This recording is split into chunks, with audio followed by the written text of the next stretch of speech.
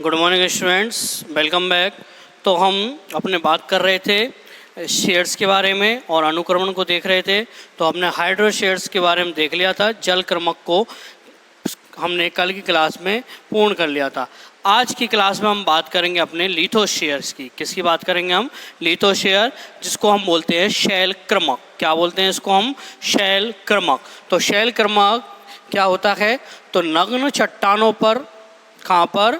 नग्न चट्टानें, ऐसी चट्टानें जहाँ पर पहले किसी भी प्रकार की कोई वनस्पति उपस्थित न हो, वहाँ पर कोई भी वनस्पति पहले से नहीं है, बिल्कुल हमें सूखी चट्टानें नज़र आ रही हैं। केवल वहाँ पर सूर्य का प्रकाश अत्यधिक तीव्रता से आ रहा है, वहाँ पर जल धारिता की क्षमता बिल्कुल नहीं है। उन चट्टानों में बिल्कुल तपन वाली क्षमता हमें देखने को मिल रही है। ठीक है, उनमें किसी भी प्रकार की हमें नमी दिखाई नहीं दे रहे हैं। उन ऐसे स्थानों पर या उन शैलों पर, उन चट्टानों पर होने वाला जो अनुक्रमण है वो हमें क्या कहलाता है? शैल क्रमक। ठीक है, तो शैल क्रमक क्या कहलाएगा? नग्न चट्टानों पर, नग्न चट्टानों पर संपन्न होने वाला अनुक्रमण, संपन्न होने वाला अनुक्रमण क्या कहलाएगा? हमारा लिथोशेयर। ठीक है, कल की क्लास में हमने लिथोशेयर्स की अलग अलग स्टेजों को देख लिया था, जिसमें कि पहली स्टेज आती है इसमें शैवाल या शैवाक, और उसमें आती है परपटी शैक अवस्था। ठीक है, दूसरी स्टेज आती थी हमारी पर्णिल शैवाक की अवस्था, फॉलिएज लाइकेन वाली। तीसरी स्टेज आती थी हमारी मॉसेस प्लांट की। कौन सी आती थी? मॉस पादपों की। और आप जानते हो मॉस पादप कौन से होते हैं? Bryophytes plant. कौन से होते हैं? ब्रायोफाइटा के पादप। उसके बाद में हमारी नेक्स्ट स्टेज आती थी इसमें शाकी अवस्था की, और उसके बाद में पांचवें स्टेज में हमें देखने को मिलता था छिरोप या झाड़िया वाले पादप। ठीक है, शर्व प्लांट। और बाद में जब झाड़िया पादप विकसित होते थे, काष्ठीय पादप यहाँ देखने को मिलता है, तो हमें धीरे धीरे वनों का निर्माण होता है। चरम वन यहाँ पाए जाते हैं, पूरा हमें चरम सीमा पर वन समुदाय पाया जाता है। ठीक है, तो हम इसमें पहली जो हमारी स्टेज है जो कि हमारी है शैवाल या परपटी शैक अवस्था। कौन सी है? शैवाल या परपटी शैक अवस्था, उसकी बात करते हैं हम। तो इस अवस्था में हम देखते हैं कि सबसे पहले नग्न चट्टानें थीं। उन नग्न चट्टानों पर सूर्य की तीव्रता अधिक थी। सूर्य की तीव्रता अधिक होने से वह चट्टानें अधिक तपन करती थी, अर्थात उनमें अत्यधिक तापमान था। तापमान के अधिक होने के कारण वह चट्टानें अपनी नमी खो चुकी थी। क्या खो चुकी थी? नमी। किसी भी प्रकार की उनमें आर्द्रता व नमी नहीं पाई जाती थी, अर्थात जल धारिता, जल धारण करने की क्षमता उनमें कैसी थी? बिल्कुल नगण्य थी, जल बिल्कुल नहीं पाया जाता था। तो ऐसी अवस्थाओं पर अब अपने कुछ शैवाल अर्थात एल्गीज और कुछ लाइकेन वाले पादप यहाँ पर हमारे कैसे होते हैं? विकसित होते हैं। और जो हमारा शैल क्रमक चलता है उनमें प्रोगामी अवस्था, पायोनियर स्टेज, अर्थात अपने पैतृक स्थानों को छोड़कर अन्य दूसरे स्थानों पर जो भी अवस्था आती है उनमें हमारी मुख्यतः रूप में कौन सी अवस्था होती है? शैवाल और शैक अवस्था। ठीक है, तो यहाँ पर अपनी प्रोगामी अवस्था के रूप में हमारे शैवाल और लाइकेन उपस्थित होते हैं। ठीक है, एल्गी और लाइकेन हमें यहाँ नज़र आते हैं। हम बात कर रहे थे कि सूर्य की तीव्रता अधिक हुई है, तापमान अधिक हुआ है, जल धारण की क्षमता यहाँ बिल्कुल नष्ट हो चुकी है।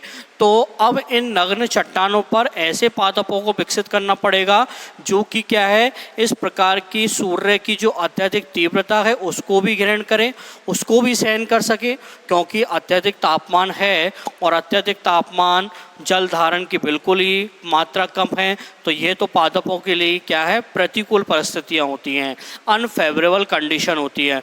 और इन प्रतिकूल परिस्थितियों में या अनफेवरेबल कंडीशनों में हम देखते हैं पादप वृद्धि नहीं कर पाते हैं। और पादप जब वृद्धि नहीं करेंगे तो हमें किस प्रकार से कोई भी प्रकार का हमें अनुक्रमण नहीं मिल पाता है।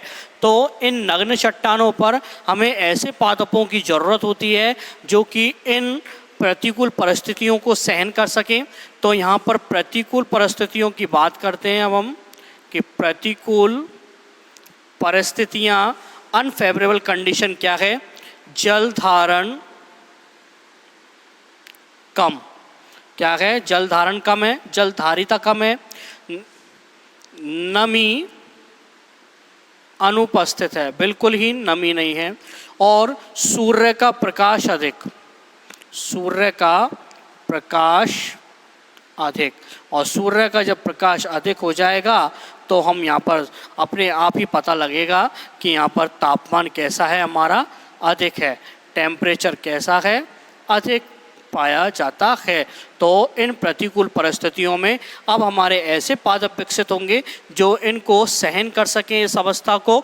और हमारे पादप वर्गों में ऐसे पादप हमारे शैवाल और लाइकेन होते हैं। तो इन प्रतिकूल परिस्थितियों को सहन करने के लिए कुछ शैवाल और बाद में लाइकेन विकसित होते हैं।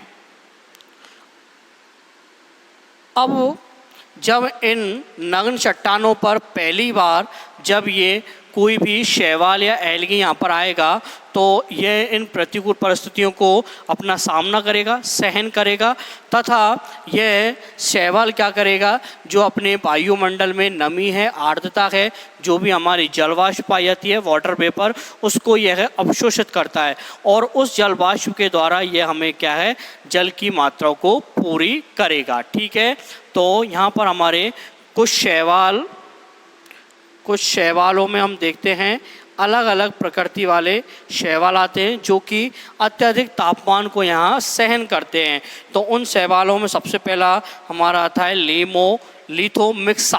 कौन सा आता है? लिथोमिक्सा। साइटोनीमा। दूसरा कौन सा आता है? साइटोनीमा। तो लिथोमिक्सा, साइटोनीमा। उसके बाद में हमारा आता है ग्लेयोकैप्सा। कौन सा आता है?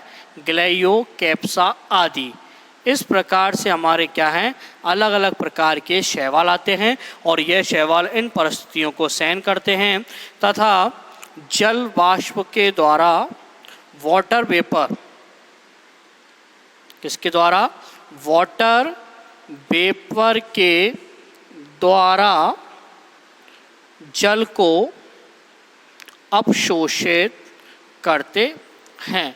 अब जब ये वायुमंडल में वाटर वेपर से जल को अपशोषित कर लेते हैं तो इन पादपों में क्या है, धीरे धीरे जल की पूर्ति होने लगती हैं। ये शैवाल हैं, ये तापमान को तो सहन करते ही हैं, अत्यधिक तापमान को, साथ साथ में इनको जल वाष्प जल भी मिल जाता है। तो धीरे धीरे यह पादप नग्न चट्टानों पर अब विकसित होने लगते हैं। और हम जानते हैं कि जो हमारे शैवाल होते हैं वह वायुमंडल से नाइट्रोजन स्थिरीकरण का भी यह कार्य करते हैं। तो नाइट्रोजन फिक्सेशन यहाँ पे धीरे धीरे संपन्न होने लगता है। तो एल्गी या शैवालों के द्वारा नाइट्रोजन फिक्सेशन होता है, जिससे क्या होगा हमारा, जिससे नाइट्रोजन को नाइट्रेट में बदला जाएगा और नाइट्रोजन को जब नाइट्रेट में बदल देगा तो पादप हमारे क्या है, नाइट्रोजन की मात्रा को ग्रहण कर लेंगे। नाइट्रोजन की मात्रा जब पादप में मिल जाएगी तो यह पादप अपने क्या है, स्वस्थ रूप से, पूर्ण रूप से धीरे धीरे वृद्धि करने लगते हैं। नाइट्रोजन इनमें क्या है, मुख्य पोषक पदार्थ के रूप में इसमें काम आता है। तो नाइट्रोजन जो होता है मुख्य पोषक अवयव, पोषक अवयव के रूप में यहाँ हमें देखने को मिलता है। ठीक है। अब उसके बाद में जब शैवालों के द्वारा नाइट्रोजन फिक्सेशन हो गया, अपने नाइट्रोजन की मात्रा भी इनको मिल गई, तो और मात्रा में ये वृद्धि करते हैं, अपनी जनन क्रियाओं को ये बढ़ाते रहते हैं। जनन क्रियाओं में कायिक जनन, लैंगिक जनन आदि की यह संरचनाओं को बनाएंगे और संरचनाओं को बनाकर अपने क्या है धीरे धीरे कॉलोनीज का यह फॉर्मेशंस करते हैं।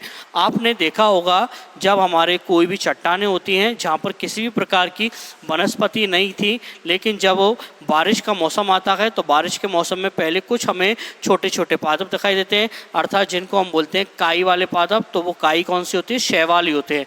तो वायुमंडल में वह नमी को अवशोषित करते हैं। वर्षा के द्वारा जो भी अपने पानी का आया है उसको अवशोषित कर लिया, या वर्षा नहीं होने से पहले भी वे क्या करते हैं वाटर वेपर के द्वारा हमें क्या है जल को अवशोषित करने की वह क्षमता रखते हैं।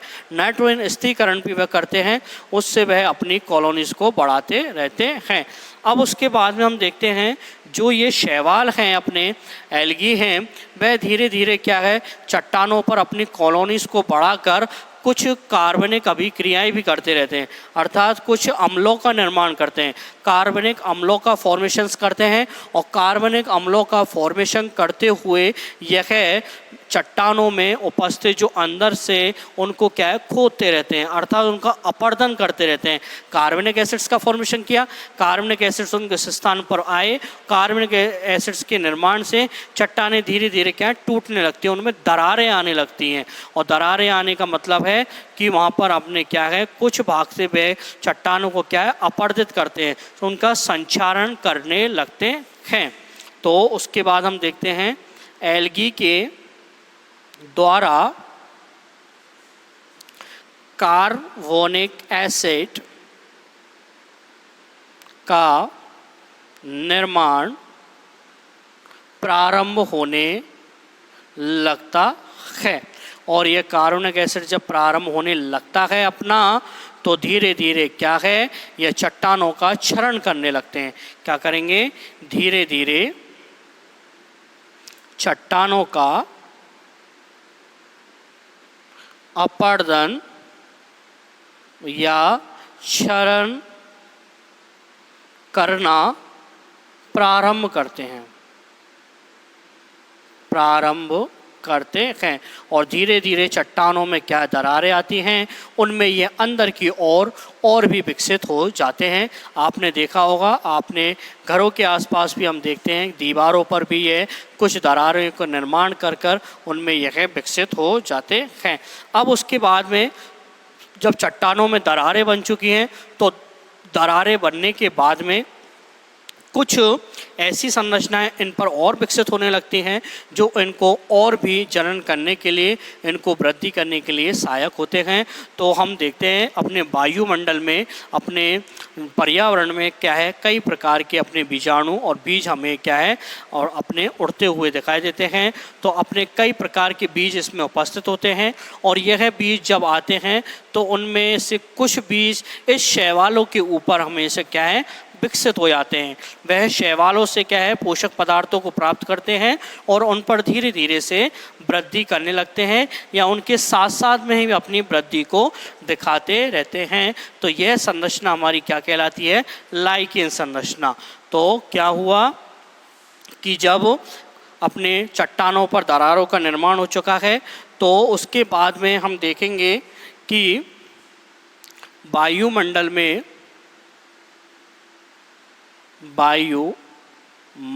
में उपस्थित लाइकेन के बीजाणु आकर इन शैवालों के ऊपर या इन एल्गी के ऊपर, इन शैवालों के ऊपर आकर व्यवस्थित हो जाते हैं। और आकर जब ये व्यवस्थित होंगे तो ये धीरे धीरे अब यह अपनी वृद्धि को भी कर लेते हैं। लाइकेन भी अपनी वृद्धि करना प्रारंभ कर लेते हैं। और जब ये अपनी वृद्धि को प्रारंभ कर लेंगे तो ये क्या है, संख्या में बढ़ेंगे। और संख्या में जब बढ़ेंगे तो हमें चट्टानों पर क्या है, लाइकेंस नज़र आते हैं। और जब चट्टानों पर हमें लाइकेंस नज़र आते हैं अर्थात चट्टानों के ऊपर दिखाई देते हैं, तो यही अवस्था हमारी यहाँ पर कहलाती है परपटी शैक अवस्था। क्या कहलाती है ये? यह अवस्था परपटी शैक अवस्था कहलाती है। परपटी शैक अवस्था इसलिए हमने बोला है क्योंकि चट्टानों के ऊपर यह विकसित हुई है। ठीक है, तो हमारे क्या है, परपटी शैक अवस्था यहाँ विकसित हो गई है, मतलब लाइकेंस यहाँ पर हमारे डेवलप हो चुके हैं।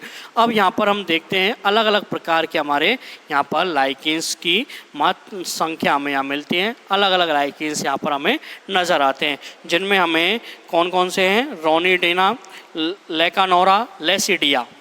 तो लेसिडिया, उसके बाद में हमारा दूसरा शैवाल आता है, वो शैवाक आता है लेकानोरा। कौन सा आता है? लेकानोरा आदि। तो इस प्रकार से अलग अलग जो लाइकेंस हैं, शैवाक हैं, वो हमारे यहाँ विकसित होते हैं। अब ये जो हमारे लाइकेंस आए हैं, शैवाक आए हैं, ये धीरे धीरे अपनी वृद्धि को करते हैं और यह क्या है, वायुमंडल से नमी को भी प्राप्त करते हैं, पोषक पदार्थों को भी यह निर्मित करते रहते है।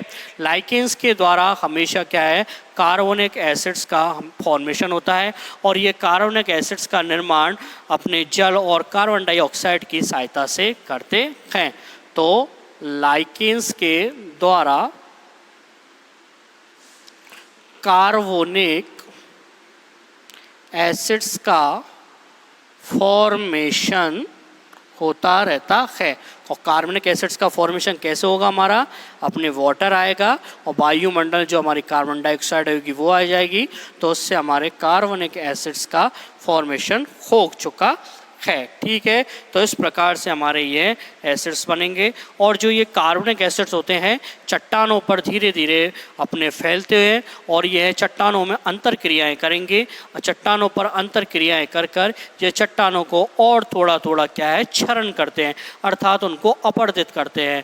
और जब चट्टानें धीरे धीरे क्षरित होने लगती हैं तो उनमें क्या है, अपने अंदर की ओर और दरारें विकसित हो जाती हैं। तो उन दरारों में ये लाइकेंस और शैवाल दोनों ही उसमें और वृद्धि करते हैं तथा इन स्थानों में जब वो दरारें पड़ने लगती हैं तो उनमें कुछ भाग तक हमें जलधारिता या जल धारण की क्षमता इसमें विकसित हो जाती है। ठीक है, तो जलधारिता इसमें विकसित हो चुकी है। जलधारिता के विकसित होने के बाद में अब हमारी क्या है, दूसरी अवस्था प्रारंभ होती है, क्योंकि हमारी पहली अवस्था में एल्गी और हमारे अपने शैवाक अर्थात लाइकेंस डेवलप हो चुके हैं। जब शैवाल और लाइकेंसों के द्वारा डेवलप हो गया है, चट्टानों का क्षरण हो चुका है, जलधारिता की कुछ मात्रा इसमें बढ़ा दी गई है, तो हमारे दूसरे प्लांट्स जो कि विकसित प्लांट होते हैं वो हमारे यहाँ पर आकर विकसित होने लगते हैं। तो इसके बाद में हमारी दूसरी जो अवस्था है वह हमें यहाँ देखने को मिलेगी और दूसरी अवस्था में हमें यहाँ देखने को मिलेगा अपना पर्णिल शैवाक या पर्णिल लाइकेन अवस्था। कौन सी मिलेगी हमारी? पर्णिल। दूसरी अवस्था में हम देखते हैं पर्णिल शैक अवस्था।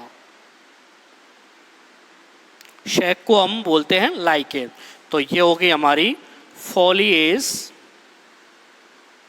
Lichen stage.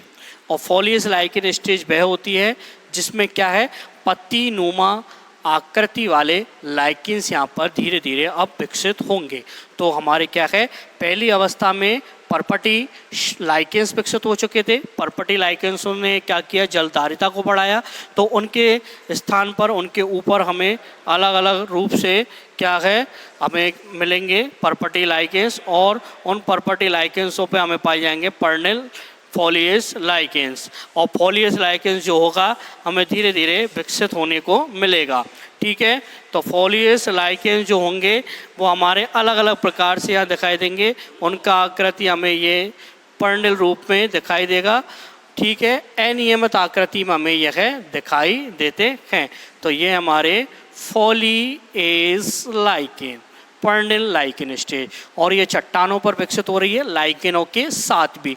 अब जब ये फॉलिएज लाइकेन जब यहाँ पर विकसित होते हैं तो फॉलिएज लाइकेनों की क्या है, अत्यधिक मात्रा होती है और ये आकार में भी क्या है, लाइकेनों से ही बड़े होते हैं। तो हमारे कुछ छोटे छोटे जो लाइकेन्स हैं वो धीरे धीरे जो विकसित हो रहे होंगे वो अब क्या है, धीरे धीरे यहाँ पर मरने लगते हैं, क्योंकि उनको क्या है, किसी प्रकार के पोषक पदार्थों को कमी आ चुकी है और अलग अलग रूप से उनमें क्या है, जल की मात्रा उनमें कम मिल पा रहा है। तो हमारे छोटे लाइकेन्स यहाँ पर मरने लगते हैं और फॉलिएज लाइकेन हमारे धीरे धीरे विकसित होने लगते हैं। तो फॉलिएज लाइकेन्स में हम देखते हैं डर्मेकेटोन, कौन से डर्म, फॉलिएज लाइकेन में हमारे आते हैं डर्मेटोकॉर्पॉन, ठीक है। उसके बाद में और भी विकसित होता है हमारा अम्बली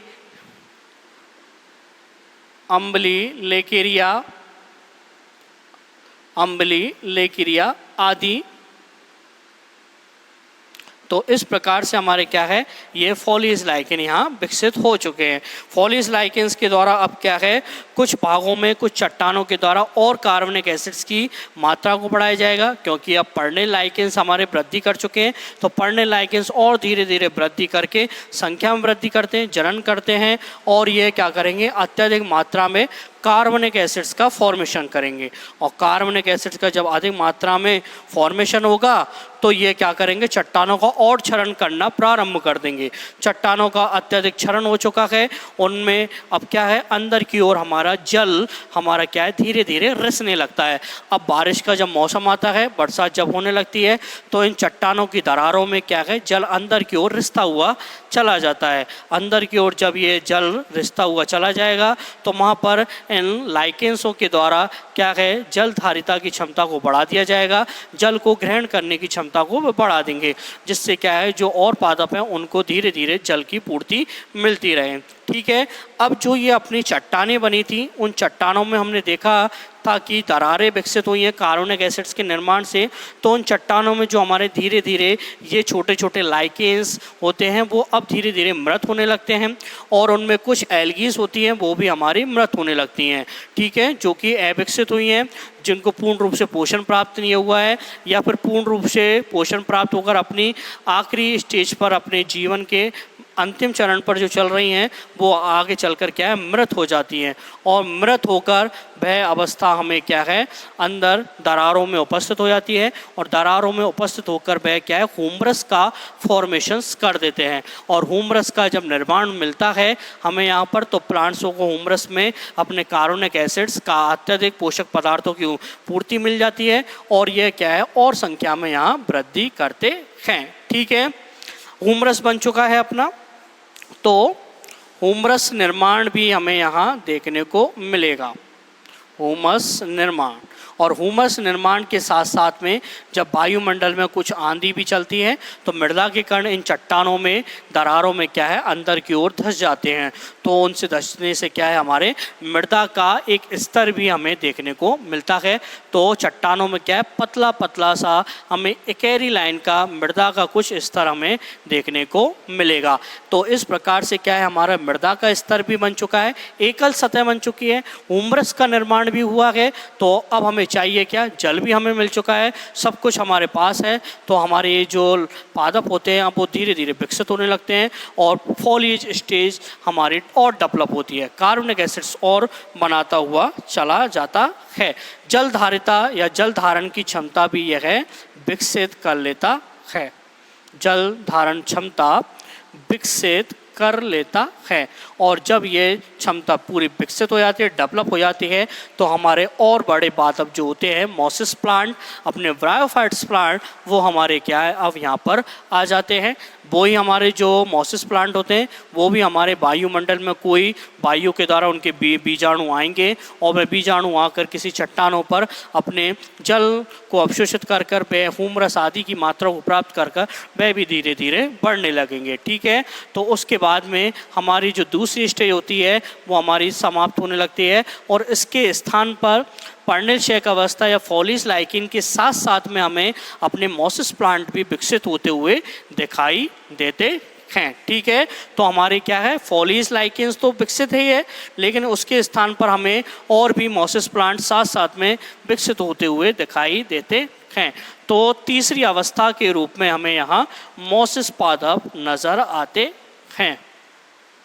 तो अब हम बात करेंगे अपने मॉस प्लांट की। तीसरी अवस्था है हमारी मॉस स्टेज। ठीक है, मॉस प्लांट कौन से होते हैं अपने, ब्रायोफाइट्स प्लांट। ठीक है, अब क्या हुआ, अपनी दूसरे स्टेज में तो फॉलियस लाइकेंस बन चुके थे, फॉलियस लाइकेनों ने निर्माण किया है और फॉलियस लाइकेन धीरे धीरे विकसित हुए हैं, कार्बोनिक एसिड्स का यहाँ फॉर्मेशन हुआ है, जल धारिता की यहाँ क्षमता विकसित होने लग रही है। तो मोसिस अवस्था में अब क्या है, ब्रायोफाइट्स प्लांट हमारे यहाँ डेवलप होंगे, और ब्रायोफाइट्स प्लांट में क्या है, कुछ अपने राइजोट्स नज़र आएंगे जो कि अपने जल धारण क्षमताओं से अपने जल से नमी को प्राप्त करेंगे। तो इस मोसिस अवस्था को हम कल और डिस्कस करेंगे। तो आज की क्लास में हम इतना ही देखते हैं। धन्यवाद, थैंक यू।